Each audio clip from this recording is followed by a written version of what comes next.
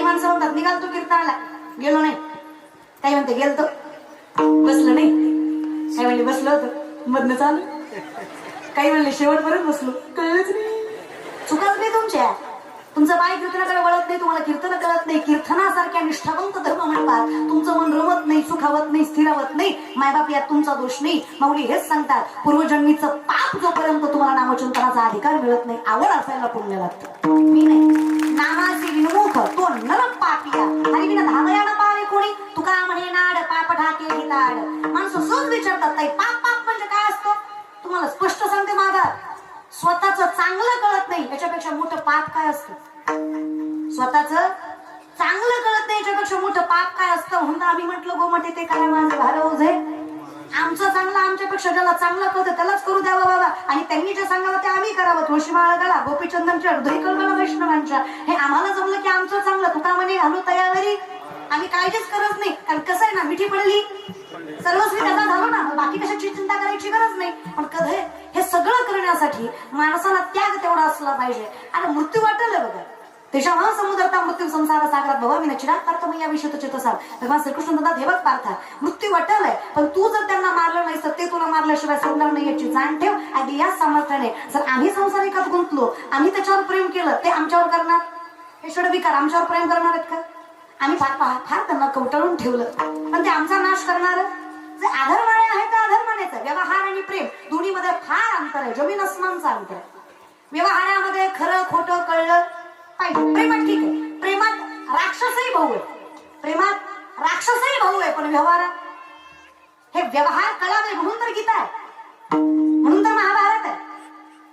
कळतंय का. हा व्यवहार कळावा, प्रेम असणं वेगळं आणि धर्म अधर्माने वागणं. आता ही माणसं फार चुकीचा अर्थ करतात वैष्णवांचा किंवा हिंदुत्वाचा. हिंदू आहे म्हणत तुम्ही, सगळ्यांचं येते आहे अधिकार. तसं नाही रे दादा. व्यवहार व्यवहाराच्या ठिकाणी. तर आम्ही कोणाचं वाटोळं करत नाही तर आमचं कुणी काय करावं. आणि आमचं कुणी कारण नसताना करत असेल तर आम्ही गप्प का बसावं. आणि किती झालं तरी आम्ही अशा बापाची औलाद आहे. आणि 2 लाख पायदळ 1 लाख घोडदळ स्वराज्याचं 10 पटीनं जास्त सेने शत्रूचं. जर शिवरायांनी विचार केला असता माझा बाप निजामाच्या हाताखाली कामं करतो, गुलामगिरी करतो, मी हिंदवी स्वराज्य कसं उभं करणार. अरे राजाच्या पूर्ण राजा बाबा हा न्याय त्यांनी सांभाळला नाही. इथे गुलामी करणाऱ्याचं पोरग फक्त 2 लाख पायदळ 1 लाख घोडदळ हातात घेऊन शेतकऱ्याची मुठभर मावळं हातात धरली आणि त्या 27 शस्त्रांना नाकावर टिचून 260 पेक्षा जास्त किल्ले 40 वर्षाच्या आत हस्तगत केले आणि हिंदवी स्वराज्याचा खरे व्हायचा अधिकार मिळवला. आणि त्याची काय करेल दादा. कमीपणाचा मोठेपणा करता येतो आम्हाला. खऱ्याला खरं खोट्याला खोटं म्हणता यावं आम्हाला तर देव कळतो आम्हाला. पण आमचं कसं आहे, क्वांटिटी जास्त असली की क्वालिटीला किंमत राहत. स्पष्ट करून सांगते, चाणक्य 5000 वर्षापूर्वी सांगतात. हा असा समाज आहे की ते 4 माणसं एकच खोटं बोलली की खोटं सुद्धा खरं होतं. खरं आहे का खोटं आहे बोललंच. विनंती माझी, असं बड्याला बसल्यावर मग उपकार, तू बोल मी आहे, तू बोल मी बसलोय, तू बोल मी ऐकतोय, तू बोल. येत नाही आपण कुणाच्या कीर्तनाला, तुझं नाव ऐकून आलोय, तू बोल. आलोय तर नशीब समज, तू बोल. ऍटिट्यूड नाही बसू नका. तुम्ही काही तुमचं काहीच वाटवून नाही केलं दादा. बोला जा, विनंती माझी आहे की नाही. तुम्ही आनंद व्यक्त करत जा. Feel the moment. कीर्तन म्हणजे अधिकारी आहे. इथे जगाच्या मालकाचं स्थान पण नाही. जिथे कीर्तनाची जागा तिथे पांडुरंग उभा. आनंद व्यक्त करा. हसू वाटलं मोठ्यानं हसा. माय मावल्या तुम्ही तर आनंद घ्या. शेजारच्या कांटाळ्या बसल्या तरी चालेल, काही नाही. माय ह्यांना का म्हणलं नाही, हे कुठेही हसतंय, ह्याला कुठेही भेटतं हसायला. हे काय पानटपरी समोर बसून खेळ केलं, ह्यांना कोण काय म्हणणार का हसलं म्हणून. पण आपण 4 माणसात मोठ्यानं हसलो लगेच माझं काय बाय बायच्या जातीने एवढ्या मोठ्यानं हसावं का म्हणतात की नाही. इथं सगळ्याच्या आवाजात आपलं दबून जातंय. काय आनंद घ्यायचा तुम्हाला. आणि कीर्तनात आनंद घ्यावा. हसू वाटलं मोठ्याने हसा, रडू वाटलं डाय मोकळून रडा, मन मोकळेपणाने रडा. जगाच्या मालकाच्या दरात रडायला घाबरायचं. देवाला याच्यापेक्षा याची भाषा लवकर कळते तू. त्याच्यामुळे रडायलाही घाबरायचं. बिंदास. रडू वाटलं रडा, नाचू वाटलं नाचा. आता एखादी म्हणून नाचलं असते ग, पण त्याच्या संग गाठ बांधली तो गुणाचं. हा त्याला जर चुकून कळलं नाचत होती सप्त्यात, घरी गेल्या गेल्या कीर्तन घेईल माझं. घरी गेल्या गेल्या म्हणून लई संतीन आलती वय म्हणत तोय अंगात, तू ये घरी तुझी महाराजींकडे तो नाचत होती वय. समाज आहे म्हणा. मला लोकांच्या दृष्टिकोनाचं नवल वाटतं दादा. काय पॉइंट ऑफ व्ह्यू आहे समाजाचं. जी पोरगी वरातीत नाचते ती सुशिक्षित आहे आणि जी कीर्तनात नाचते ती नालायक आहे. जिने अखंडितपणे संस्कार मर्यादा संस्कृती सांभाळून संसार केला कमी शिकली म्हणून ती लोअर क्लास आहे. जी 2 वर्ग जास्त शिकली पण जिला कधी मोठ्यांचा आदर करता आला नाही, परभारताचा प सुद्धा कधी कळला नाही, जिला कधी संतांची जाणीव झाली नाही, जिला कधी गाथ्याचं ज्ञानेश्वरीचं वाचन कळलं नाही, ती 2 वर्ग जास्त शिकली, चपल्या घालून चपात्या लाटती, पण ती हाय क्लास आहे. सोसायटी खतरनाक मेंटेन केली समाजाने. माहिती लोक आहेत इतकी विचित्र लोक आहेत. मला नवल वाटतं रे, देवाला मानतो तो अनएज्युकेटेड, देवाला मानत नाही इट इज वेल एज्युकेटेड. कसं काय? शिक्षणाला देवापेक्षा जास्त महत्व देतात आणि लोकांच्या कनिष्ठ बुद्धिमत्तेची कीव येते मला. अरे स्वतःचं अस्तित्व मोठं करायला संतांना आणि देवांना नावं ठेवता याच्यापेक्षा नीच कुठली गोष्ट असू शकते की तुम्ही स्वतःचं अस्तित्व मोठं करायला जगाच्या मालकाला नावं ठेवता. याच्यापेक्षा मोठं पाप काय असतं तुम्हीच मला सांगा. मी शहाणा, मी मोठा, माझं खरं म्हणून कोण वाईट? तुकोबांचं वैकुंठ गमन झालंच का? ज्ञानोबांची भिंत चाललीच का? नाथांच्या 36 वर्ष कावडीला पाणी वाहिलंच का? चंदन उगायलंच का? अरे माणूस पाहिजे त्याला हे सगळं समजून घ्यायला. कायम लक्षात ठेवा, संतांच्या बाबतीत जे घडलं ते चमत्कार नाही हे डोक्यात फिट करून ठेवा.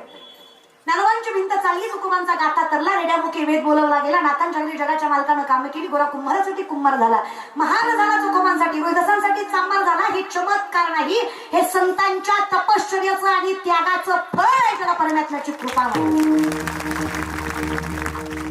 अरे सर्वस्वी त्यागलं आम्ही, मग मोहे सारिता सर्वस्वी त्यागलं ना आम्ही. माझे चित्त तुझे मिठी पडली, तुझा झालो मग तू माझा होणारच ना. देव माझा काय नवल राहिलं याच्यामध्ये?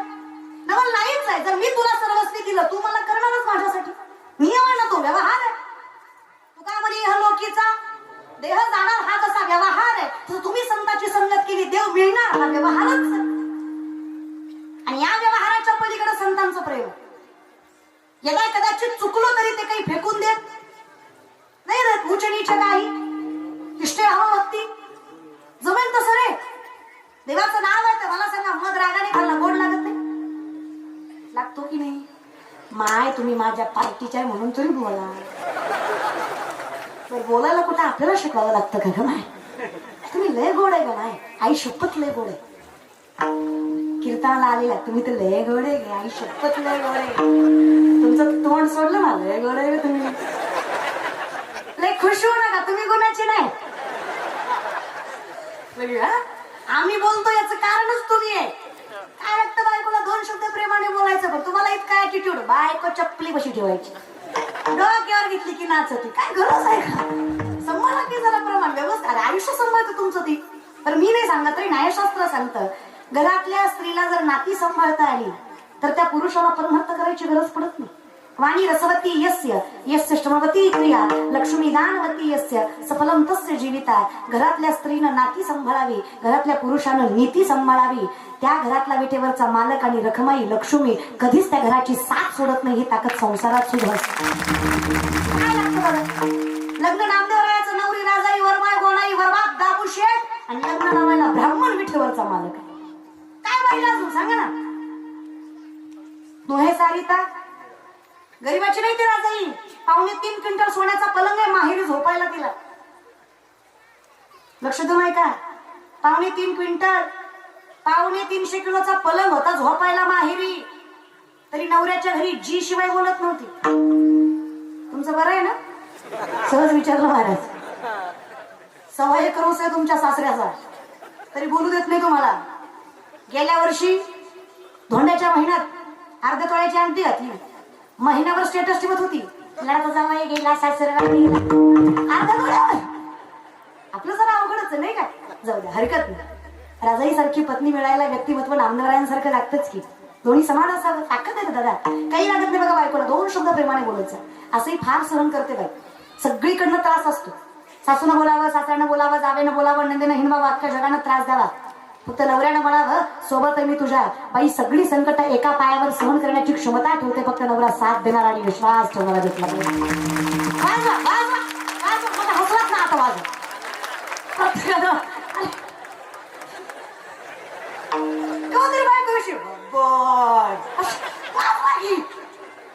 कधीतरी प्रेमाने तरी. अरे कधीतरी खरं सांग माय, आयुष्यात कोण चांगला हवा नाही मागं?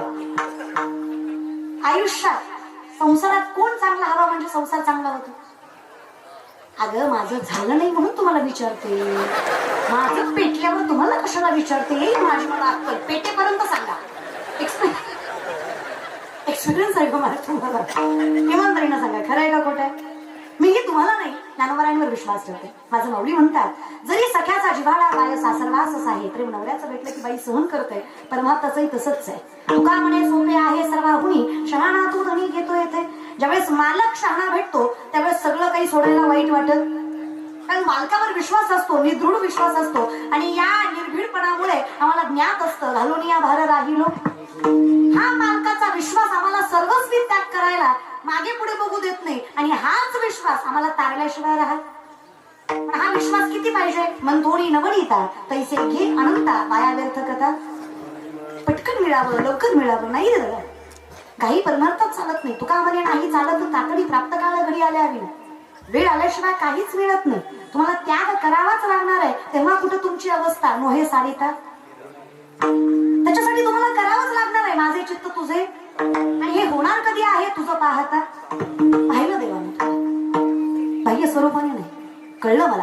पितामहा भीष्माने वचन दिलं कृष्णाला, काही झालं देवा तू शस्त्र उचलायचं नाही. उपदेश करायचं ठरवलंच, फक्त शब्दांचा उपदेश करायचा, शस्त्राचा वापर करायचा नाही, नियमभंग करायचा नाही. कृष्णानं सांगावं, पितामह आज्ञा मानणार मी, नाही शस्त्र वापरणार. जे काही असेल ते उपदेश मुखाने असेल, याच्या पलीकडे मी कुठलंच छलकपट करणार नाही.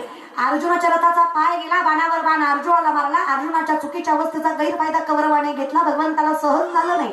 देवानं सुदर्शन चक्र फिरवलं. भीष्माने विचारलं, देवच ना तू? अरे परमात्मा असून वचन मोडलं. देवाने सांगितलं, अरे स्वतःच वचन मोडेल पण डोळ्यात देखत भक्तावर झालेला अन्याय कधी सहन करणार नाही. सगळ्यात मोठं वचन भक्ताचं रक्षण.